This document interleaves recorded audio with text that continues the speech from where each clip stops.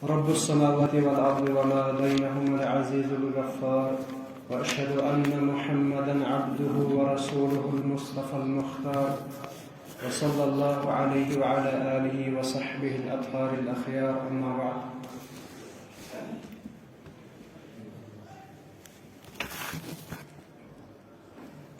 کتاب التوحید کا آج درس نمبر 24 ہے 24. اس سے پہلے 23 درس ہو چکے ہیں. درس میں جانے سے پہلے ایک آپ سب سے گزارش ہے، شاید بعد میں یاد نہ رہے، وہ یہ کہ ہمارا یہاں پر درسگاہ کچھ ٹائم سے کچھ عرصے سے چلتا ہے. کل ہم نے انہیں بچوں کا تھوڑا سا عصر نماز کے بعد یہاں پر پروگرام رکھا ہے. ان کا امتحان ہوا تھا، پھر اس کا رزلٹ وغیرہ ہے، اور بچے بھی کچھ یہاں پر پروگرام دیں گے. تو ہمارے یہاں پر مہمان خصوصی عبداللطیف بٹ المدنی حفظہ اللہ صاحب بھی ہوں گے. آپ سب سے ادباً التماساً گزارش ہے کہ آپ سب انشاءاللہ عصر نماز کے بعد یہاں پر تشریف فرمائیں گے اور ہمارے اس پروگرام کو مزین بنا کر بچوں کی حوصلہ افزائی کریں گے. اللہ تعالیٰ آپ سب کو جزائے خیر دے گا انشاءاللہ.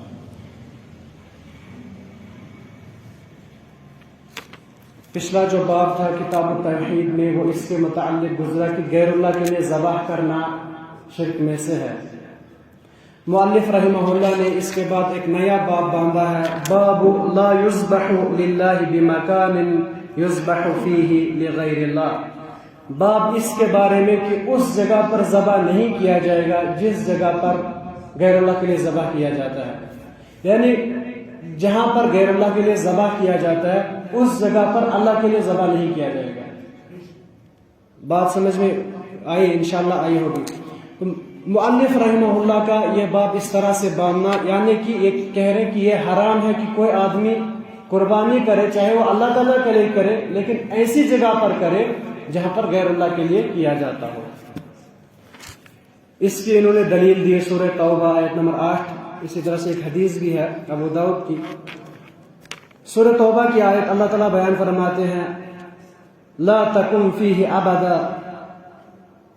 آگے آیت ہے لمسجد اسس علی التقوى من اول یوم احق ان یقوم فیہ رجال یحبون ان یتطہروا واللہ یحب المتطہرین. یہ آیت جو ہے یہ نازل ہوئی تھی ان منافقین کے متعلق جب منافقین نے مسجد ضرار بنائی تھی. تو اللہ کے نبی علیہ السلام سے کہا گیا لا تقم فیہ ابدا، آپ اس میں کبھی بھی قیام نہیں کرنا، یعنی اس میں جانا بھی نہیں، اس میں ٹھہرنا بھی نہیں. مسئلہ یہ ہوا تھا کچھ منافقین نے ایک مسجد بنائی مدینہ میں، اور ان کا جو مقصد تھا اللہ تعالیٰ نے وہ آیت نمبر 107 میں بیان فرمایا کہ وہ مسلمانوں میں تفریق ڈالنا چاہتے تھے، اور جو مسلمانوں کے دشمن تھے ان کو بھڑکانا چاہتے تھے، اللہ اور اس کے رسول کے ساتھ جو دشمنی کرتے تھے ان کی مدد کرنا چاہتے تھے. ان کے سب جتنے بھی مقاصد تھے وہ سب برے تھے. انہوں نے اس چیز کے لیے مسجد بنائی، لیکن اللہ کے نبی علیہ السلام کو اس کا علم نہیں تھا. تو منافقین نے رسول اللہ صلی اللہ علیہ وسلم سے کہا اے اللہ کے نبی، ہم نے مسجد بنائی ہے، ہم نے ان غریبوں یا ان بیچارے کمزوروں کے لیے بنائی ہے جو مسجد نبوی تک نہیں پہنچ پاتے یا مشکلات ہوتی ہے، تو اس لیے ہم نے یہ مسجد بنائی ہے، اس لیے آپ سے گزارش ہے کہ آپ ہماری مسجد میں نماز پڑھنا. تو اللہ کے نبی علیہ السلام نے کہا، انہیں معلوم نہیں تھا، انہوں نے کہا چلو ٹھیک ہے انشاءاللہ میں پڑھتا ہوں، لیکن پہلے جنگ تبوک کے لیے جانا ہے، وہاں سے واپس آ کے پڑھتا ہوں.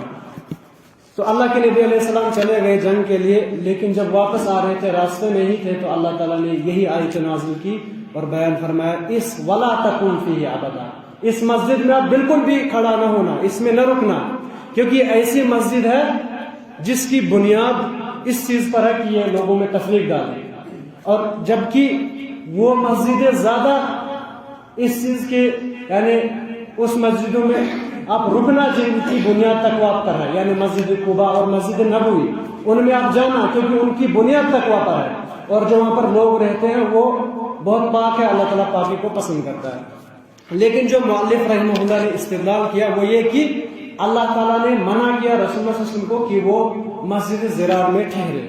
پھر اللہ کے نبی علیہ السلام نے واپس آ کر سیدھے صحابہ کو حکم دیا اس مسجد کو گرا دو، اور اس مسجد کو منہدم کر دیا گیا، گرا دیا گیا.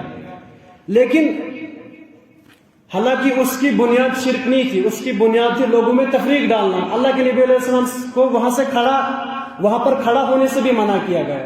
تو کوئی آدمی کیسے اس جگہ پر ذبح کرے گا جہاں پر غیر اللہ کے لیے ذبح کیا جاتا ہے؟ تو یہی اس سے مراد ہے. اس مؤلف رحمہ اللہ نے یہاں پر اسی لیے اس آیت کو لایا ہے.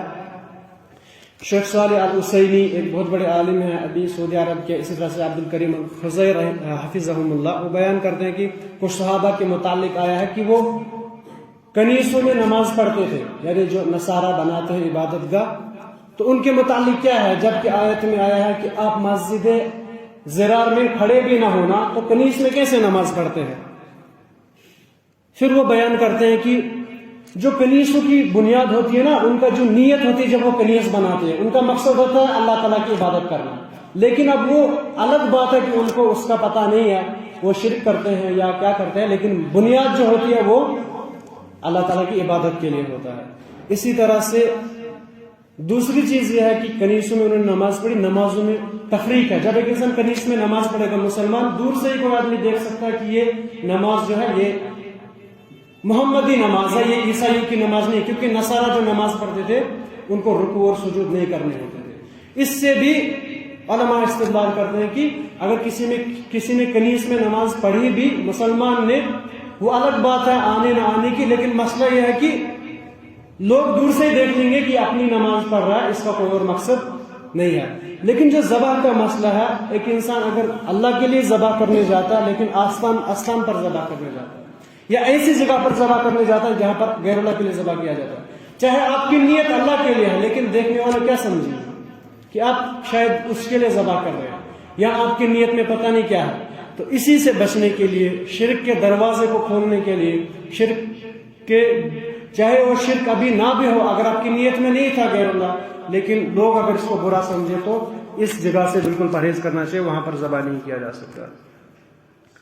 اس کے بعد حدیث لائی ہے ثابت بن ضحاک رحمہ اللہ رضی اللہ تعالیٰ عنہ بیان فرماتے ہیں اللہ کے نبی علیہ السلام کے پاس ایک آدمی آیا کہ اس نے نظر مانی تھی کہ انہوں نے نظر مانی تھی کہ وہ کچھ اونٹ ذبح کرے گا، یعنی انہوں نے ایک نظر مانی تھی. تو وہ اللہ کے نبی علیہ السلام کے پاس آیا اور کہا کہ میں نے نظر مانی ہے کہ میں جو ایک جگہ ہے مکہ میں بوانا جگہ ہے، وہاں پر میں اونٹ ذبح کروں گا، میں نے یہ نظر مانی ہے.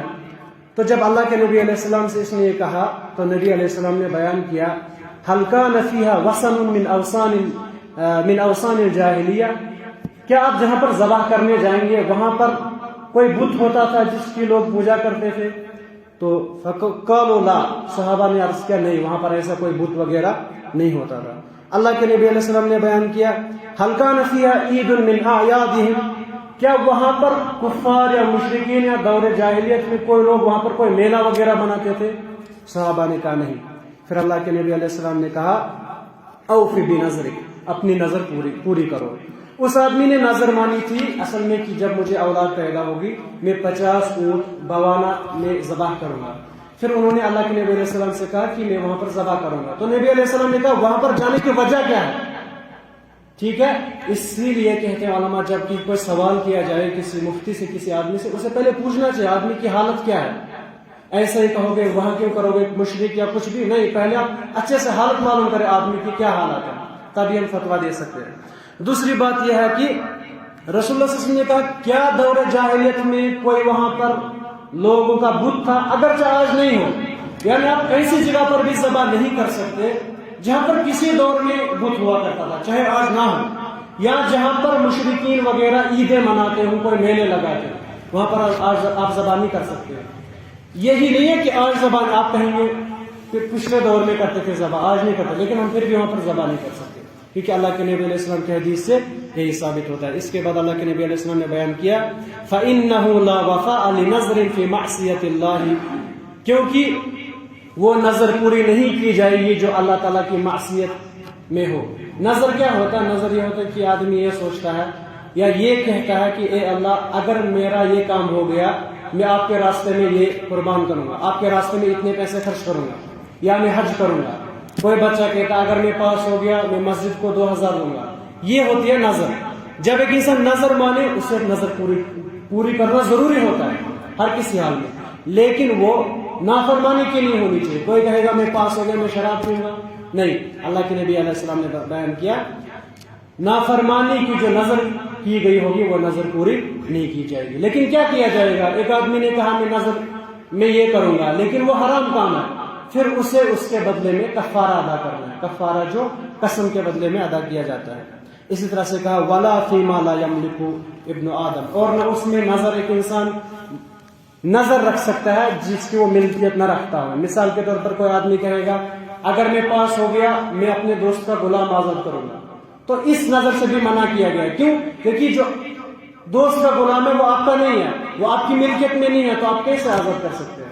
اسی لیے جو آپ نظر کو رکھیں گے، نظر پوری کرنا چاہیں گے، وہ آپ کی ملکیت میں ہونی چاہیے اور وہ حلال کام میں ہونی چاہیے. اور اگر حرام کام کی آپ نے نظر مانی ہے آپ کو تو پوری نہیں کرنی ہے، لیکن یہ چیز ہے کہ آپ کو اس کا کفارہ ادا کرنا ہے. اللہ تعالیٰ سے دعا کہ اللہ تعالیٰ ہمیں حق کہنے اس پر عمل کرنے کی توفیق عطا فرمائے.